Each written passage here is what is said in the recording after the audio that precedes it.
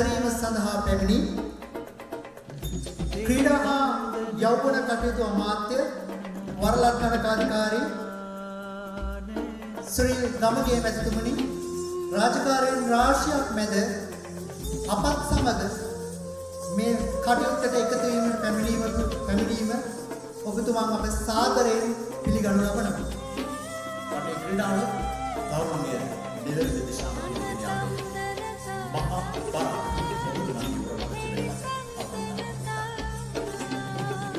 අවරණගේ ක්‍රීඩාව අවරණගේ භාරණය නිලධාරි දේශපාලනඥයා වර්තමාන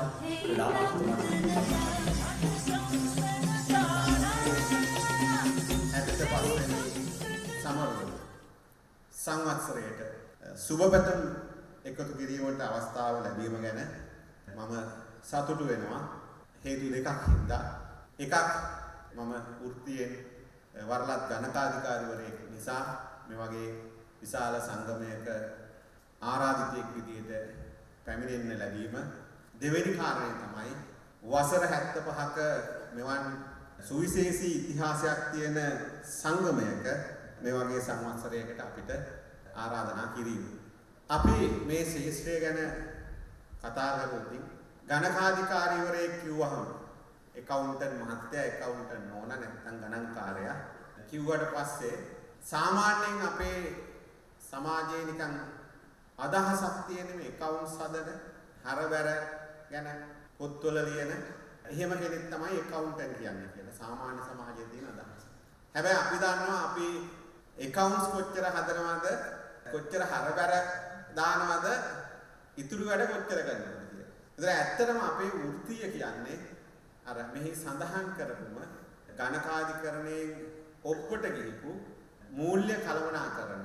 ඔබ සතුටු වෙන්න ඕන අපේ රට අද මේ තියෙන තත්ත්වෙට අඩුම තරමින් මේ තියෙන තත්ත්වයටවත් තියාගන්න ලංකාවේ ගණකාධිකාරිවරු විශාල මෙහෙයක් ඉෂ්ට කරලා තියෙනවා. ඒක තමයි අපි දන්න එකම දේ.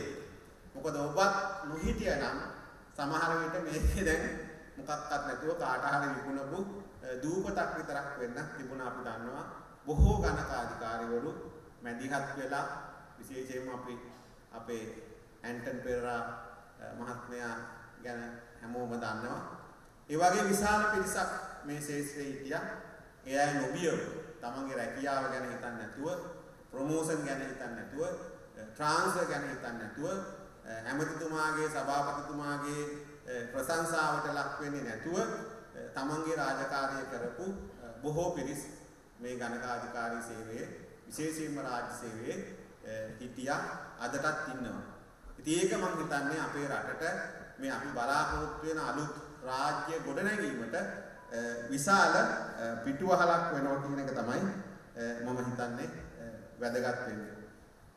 මොකද අපි රැකියාව කරනකොට අපිට තියෙන විශේෂ කාරණය තමයි වංචාවක් දූෂණයක් සිද්ධ වුණොත් ඒකේ වග උත්තරකාරයෙක් වෙනවම තමයි.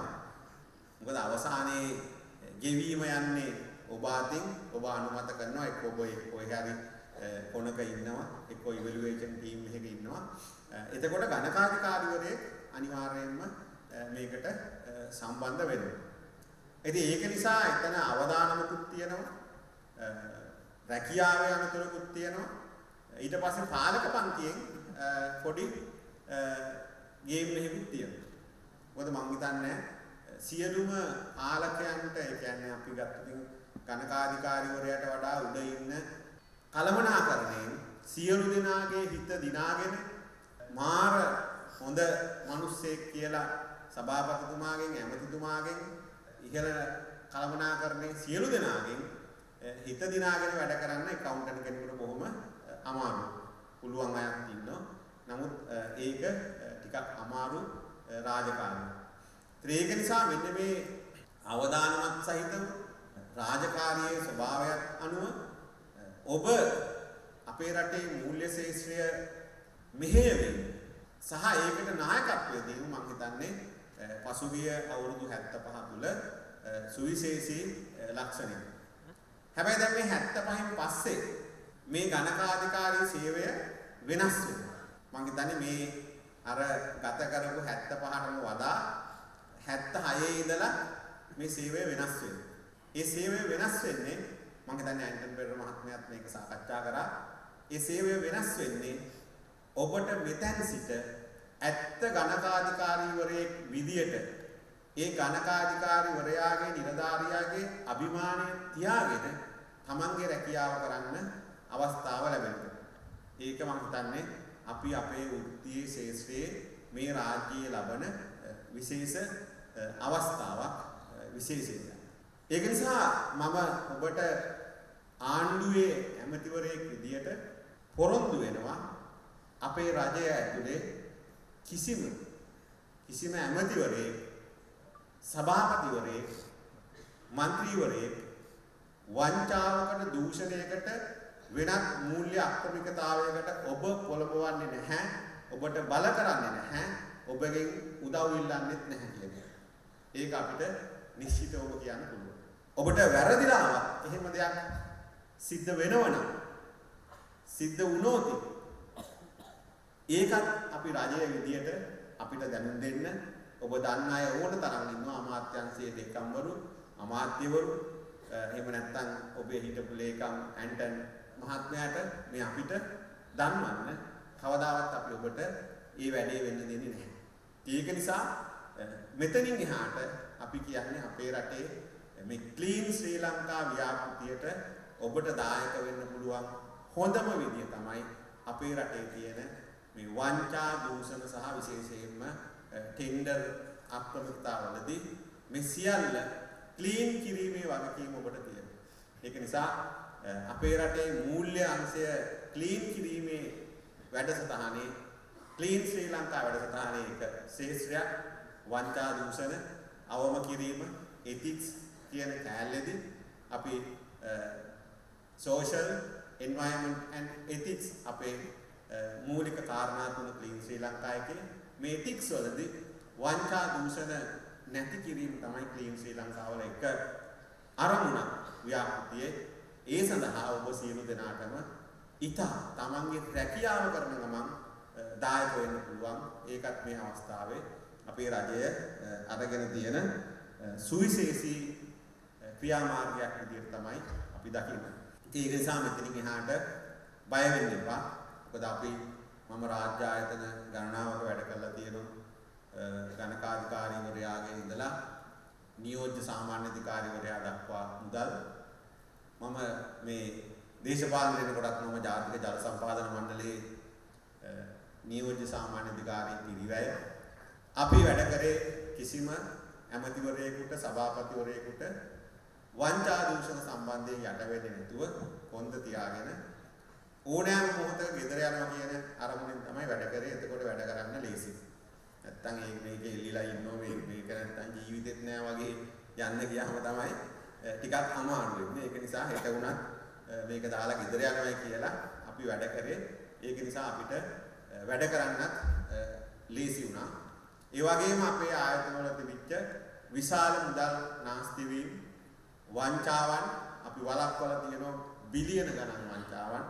ඒ ගැන අපිට අදත් සතුටුයි. හැබැයි අපිට සියල්ලම කරගන්න බැරි වෙච්ච තැන් තියෙනවානේ. අපි හැමෝම දන්නවා රැකියාව කරනකොට සීමිත පරාසයක තමයි අපිට ප්ලේ කරන්න පුළුවන්. ඒ වැඩේ ඉතින් අපි කරා.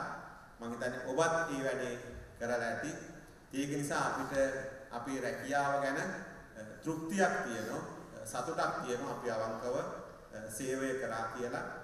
මොකද කලින් මම මේ 75 ගැනම සඳහන් කරේ කලින් ආණ්ඩුවල ඇකවුන්ටන්ට්ගේ වැඩේ තිබ්බේ ඇත්තටම ටෙන්ඩර් වලයි චෙක් ක්ලියර් එකේ තමයි.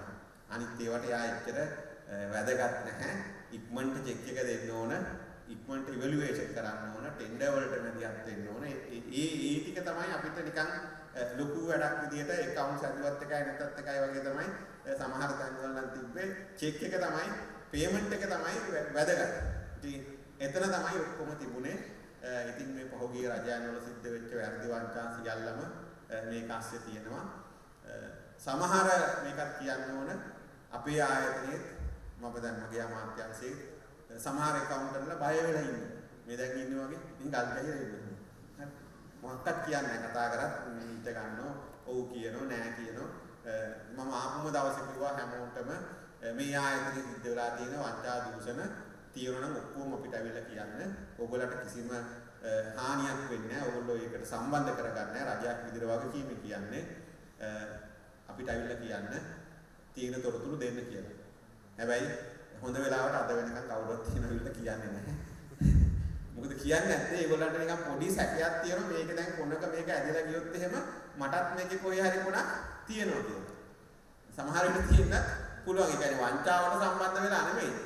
හොරකම් කරලා නෙමෙයි. නමුත් කොහේ හරි අස්සනක් ගහලා පේමන්ට් එකක් අප්‍රූව් කරලා ටෙන්ඩර් කමිටි එකේ ඉඳලා කොහේ හරි කොනක තියෙනවා. ඒක නිසා මෙන්න මේ වගේ මාර අනි ජොබ් එකක් තමයි ඔබට තිබ්බේ පහුගිය කාලේ. නමුත් දැන් එහෙම වෙන්නේ නැහැ.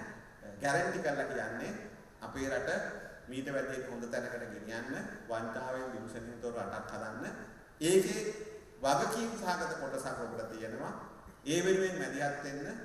මෙතනින් එහාට 76 ඉඳලා අපි මේ වෘත්තීය ගණකාධිකරණයේ වෘත්තීය ලංකාවේ හොඳම වෘත්තිකයන් නිර්මාණය කරන අභිමානවත් වෘත්තියක් විදිහට අරගෙන ගිහිල්ලා 100දී අපේ රටත් අපේ සංගමයත් ඉතා උසස්ම තැනක තියෙන වෘත්තියක් බවට සංවිධානයක් බවට සංගමයක් බවට පත් වේවා කියලා ප්‍රාර්ථනා කරමින් අපි ඉදිරි වර්ෂවල මහන්සි වෙලා වැඩ කරමු. රස්සාව වගේම මේක දැන් අපේ රට හදන වැඩේ විදිහටත් ගමු. සමාජ වගකීම් විදිහටත් ගමු. අපි සියලු දෙනාම එකතු වෙලා අපි අපේ දෑතින් අපේ රට ගොඩනගමු. අපි බලාපොරොත්තු වෙච්ච සමාජය ගොඩනගමු. ඒ සඳහා ඔබ සියලු දෙනාටම ධෛර්ය ශක්තිය වාසනාව ලැබේවා කියලා ප්‍රාර්ථනා කරනවා.